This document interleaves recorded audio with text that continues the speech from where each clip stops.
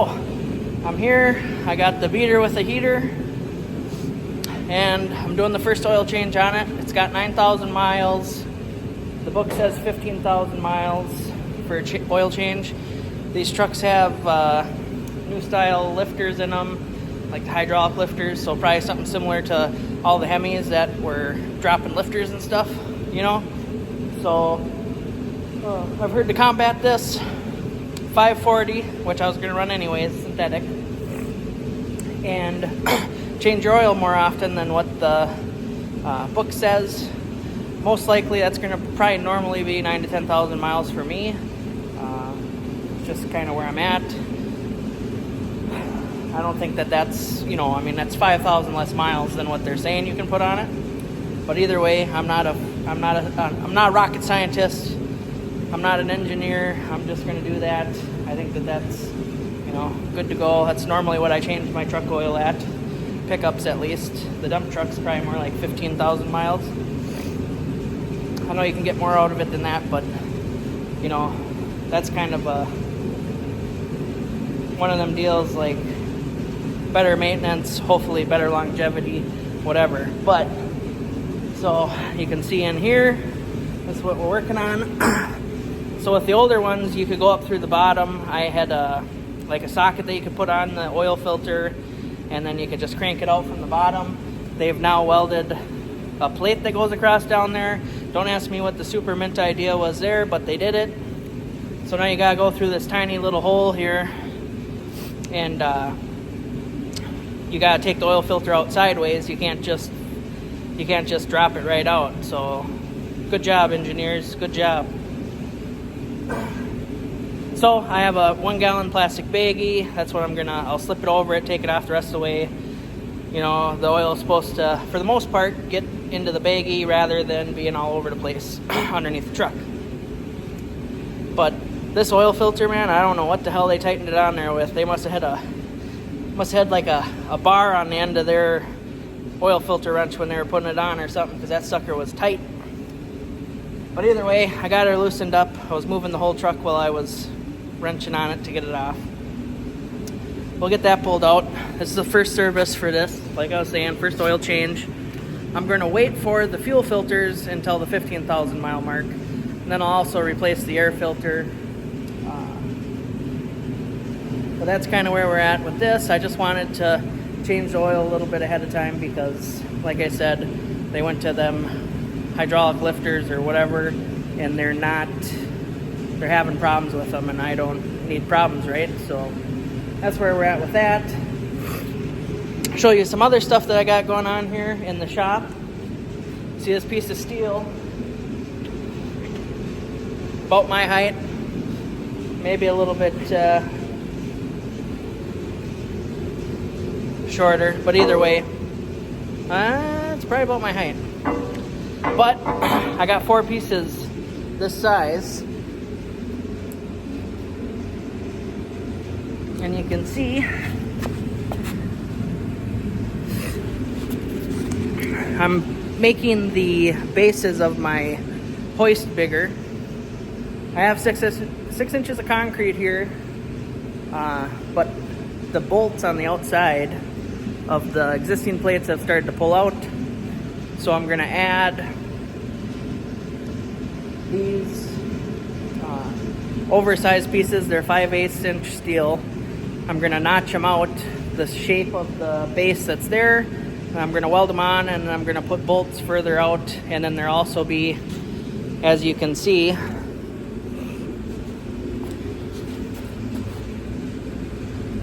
a couple feet of overlap into the middle too. So it's going to just strengthen and, you know, put that stress out over a bigger area. These are like it's a 9 or 10, I think it was a 10,000 pound hoist when I bought it. But obviously, you know, we have bulk tanks and, you know, tools in the back of the truck. Sometimes when it goes on there, and I just figure better safe than sorry. We only have, there's 2 bolts that are starting to look like they're cracking out. So this is my preventative measure. I thought about moving it over, but I figured that the same thing's going to happen again. So I'm just going to add the plating and then put some more concrete anchors in. But so that's where we're at with that. What else we got going on? I did order a new welder. That's going to be here, within the next week or so. I have a ESA McMaster 275, and it's, a big welder, whatever. But I also have a Dipcore 300 back there. So I got like a big welder if I really need to weld heavy. So what I did, I ordered a new, so this is my plasma cutter. It's a prime weld, cut 60. So I ordered a 285 prime weld. We're going to try that out, see how it is. I've read good reviews. It's supposed to be a good welder for the money. So once I get that, maybe that'll be part of this video, maybe it'll be part of the next video. But that's kind of where we're at. So the baggie trick, as you can see, it worked. There is some on the bag. I didn't close it before I pulled it out, but it worked. I didn't spill oil all over the place, so can't say it's going to be that good every time, but hopefully. I think part of the reason why these filters are so hard to get off is they probably don't lube them when they put them on, which I know that there is, back and forth. Should you be doing that? Whatever, but I normally lube my filters, and I do normally fill them with oil or fuel, but you're not, you probably shouldn't do that either, whatever. This one ain't getting pre-lubed. Like, I'm not gonna fill it because I ain't gonna be able to get it in there, so I guess I might look up into that a little bit before I do it, but there ain't really no way to get oil in that sucker and put it in, so it is what it is. So I'm in the shop again. I got these flat stock chunks out of the scrap pile at the local steel yard. There's usually some really good stuff, they call it the random pile, but it's stuff that, whatever orders fell through, stuff like that, and it's way cheaper to buy out of that pile than to obviously get fresh steel. Now you can see there is some, they leave it outside, so there's going to be some rust, whatever. But it's still good steel, and a lot of the metalworking and stuff that you'll see me do, like, majority of that metal comes out of that scrap pile. So I'm here. I got 4 pieces like this. You can see this one's got a cutout of it, and I'll kind of explain what's going on with that. So I got this cutout. It looks pretty specific, right? So what I did was I took some measurements off the base of our car hoist here, and what I'm doing is they're going to form fit around this corner, and then they're going to extend out like 2 feet, 1.5 feet, 2 feet each side of this, and essentially make the footprint for each one of these hoist sides bigger, and it's gonna put the weight over a further area, and I'll put more concrete anchors and the new steel that I'm welding on to these plates. And then you can see that I didn't just take it and weld it in this flat spot. I cut it out so that it's gonna actually have some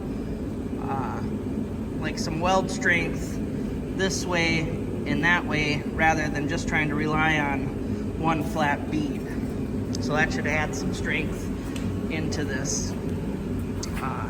And then there won't be any more anchors to the back of it, but I'll have at least one more anchor on the front. And more so the back is just there because it's going to add strength, without having to be anchored down back there necessarily. And I got 4 pieces, so 1, 2, 3, 4. And so I'm going to do it to both sides. It's going to be, way stronger than what it was. I've also thought about adding, some, a chunk of steel going up, and then connecting. But I don't know that I necessarily need that. Might not be a bad idea, but I don't really want to lose any of my height. because right now I think I'd have to go damn near up to that light in order to get the full height range out of the lift. But that's kind of where we're at, and I thought I'd show you. I'm using my prime weld, cut 60. It's cutting that hat, well actually it's 5/8. So this is actually 5/8 steel, and it's cutting it just fine. So prime weld makes some good stuff. They're cheap. You can see that there's a box here. It's not from that. There's actually a 285. I ended up getting my 285 MIG from them guys. And then that machine will weld, you know, you can see there's a welding rod, like a stinger for, you know, welding arc. And then also obviously the MIG whip. You can get a TIG rig for it, but you can only weld steel with it, or stainless or whatever. You can't do aluminum. So at this point, that's not really necessarily beneficial, because I could put a TIG rig on that arc welder there if I wanted to weld TIG. But either way, got that. I'm thinking about getting a spool gun for this so that I can weld aluminum. I think it would be handy. You know, I don't necessarily have a way to weld aluminum right now, unless I just like gas welded it or something, I guess. And that's not, or whatever, braze it, whatever you want to call it. But that's just not super good. I have some aluminum rod, and we've fixed some aluminum in the past, had aluminum rod, but that's just not, I'd rather just have, you know, a spool gun. I do have a spool gun. I don't know if I can get it to hook up to this. I got a spool mate. It's right there on top of this Miller that my dad gave me. The hookup isn't, it's different than what the spool setup for this is, but maybe I can get that end and convert this, like my spool gun that I already have, to work on this machine. But otherwise, prime weld spool guns are very affordable compared to other spool guns. But that's where we're at, you can see. So I did this one, and I got this one fitting good around that, you know, around the curve and stuff over there, the angles. And then I'm using this as a template now on my next one. So I'll cut that out, I'll fit it to see if it's gonna work. And then once I see it's gonna work, if you look at this, you can see that I've cut an angle onto this for you know, weld penetration, whatever, or a bevel I should call it. So there's a bevel for the weld. I'll do that to that one, but I'll wait until I have it fitted nice. So me and Hammer, don't mind him, he's just falling over, making trouble. What are you doing over there, guy? Huh? So we're out here in the shop, and just got back from Florida, our vacation. It's nice to be home. Good to get away, but sometimes it's just nice to be home, right? So, kind of breaking some stuff down here. This is a drive-over plate for this stuff, and pulling it all apart so that when I go to weld these oversized plates on each side of this, because they'll be over there too, I'm going to unbolt this, I'm going to lift it up, and I'm going to set it up on like some 2x4s, oversized, so that I can weld it without spalling the concrete up and messing the concrete up. So I need it to be raised up, and for that I gotta pull it up, put it on some 2x4s, and then I'll put my plating on, and then I'll be able to weld it.